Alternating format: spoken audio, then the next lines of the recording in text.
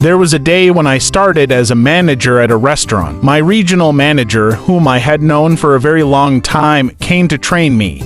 We worked hard because the restaurant was losing money and the staff didn't seem to care.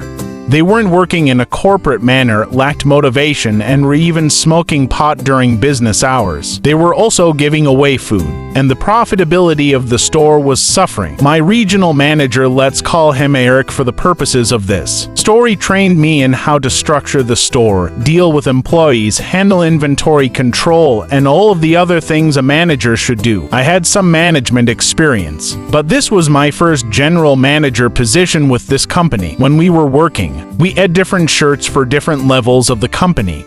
General managers wore denim shirts, shift managers wore green shirts, and all other workers wore black shirts. There was a time when we were working 80 hours a week or more, and I remember one Friday when I had already worked 70 hours and then had to work on Saturday and Sunday. It was tough as the restaurant business can be. After about 2 weeks of training, Eric came to me and said that we had been doing a great job.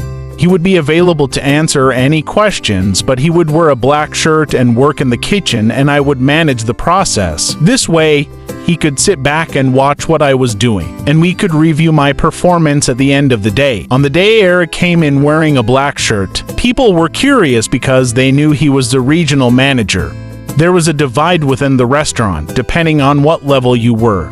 For the next week, I wore a denim shirt and Eric wore the black shirt. I told the shift managers to treat him like an employee working a station and not a regional manager in for training.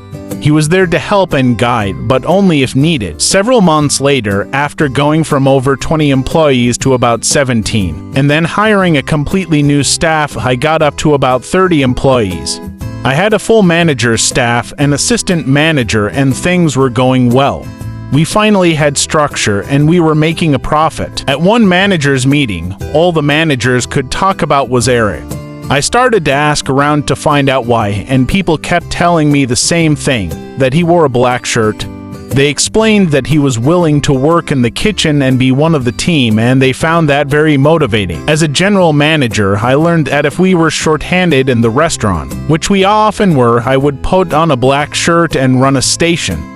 I would tell the shift manager that they were the manager and I was just there to help fill the position while we were short-staffed. This went a long way with all of my employees. When I put on a black shirt, they knew that I was willing to get in the trenches with them, especially during the busiest times of the restaurant.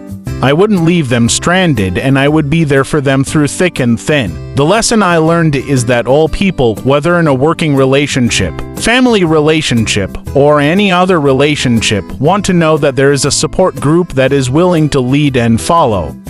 As managers, every once in a while, we need to put on the black shirt, and as the people who run the stations, we need to recognize when managers are willing to help out and become part of the team. This is how we develop a strong core team. Sometimes all it takes is a black shirt to make that happen.